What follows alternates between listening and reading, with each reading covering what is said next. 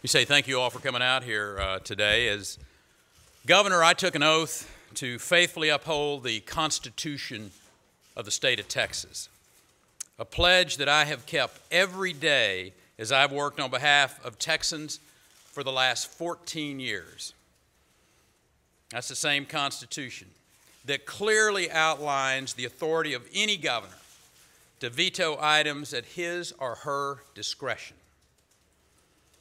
Just as I have, following every legislative session during my service as governor, I exercise this authority to veto funding for an office whose leadership had lost the public's confidence by acting inappropriately and unethically.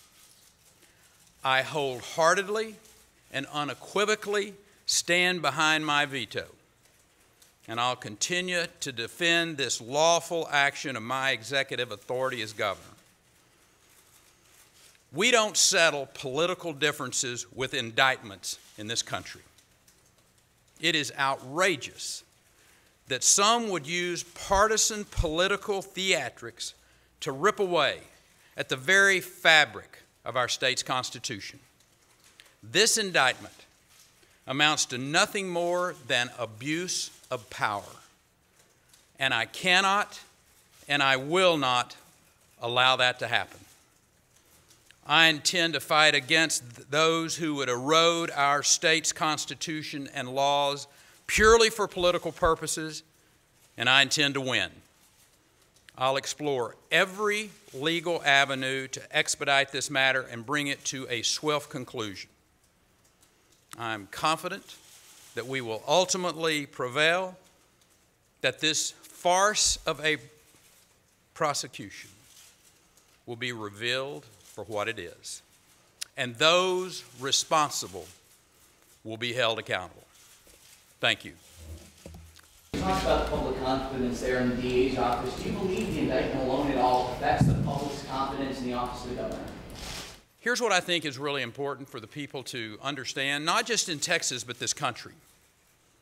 And that is, we have seen an office in the form of the Travis County District Attorney's Office, the lead legal individual for criminal affairs in this county and overseeing public officials who conducted themselves in an incredibly inappropriate way, stopped for a DWI with a blood alcohol level almost 3 times the legal limit.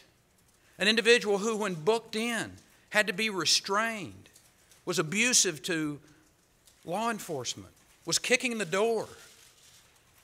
I think Americans and Texans who have seen this agree with me that that is not an individual who is heading up an office that we can afford to fund. Now, the people of Travis County may decide that that is the type of individual that they want in that office. But as the governor of the state of Texas and as the individual who has the authority constitutionally to decide whether we're going to spend state dollars on that, I made that decision and I said no. And given that information and given that choice again, that is exactly what I would do. Afterwards, that after this veto, that you or your office made some suggestion that you could restore the money if she would resign. Did that happen, and is that appropriate? Listen, the details of my decision making were very clear. I said early on that I was going to clearly veto those dollars as long as they had someone in that office who I'd lost confidence in. And I did exactly what I said I would do. Governor Perry, what do you turn yourself into central booking? You had your hand up. The question seems to be, in this case, though, in the minds of many people, is not whether or not you actually have the constitutional veto authority. It's attaching what many people say is a threat to that veto authority. What's your response? I disagree with you. I think there are a lot of people on both sides of the aisle, Democrats and Republicans, who have looked at this and understand it to be exactly what we're seeing, a political decision that has been made in Travis County.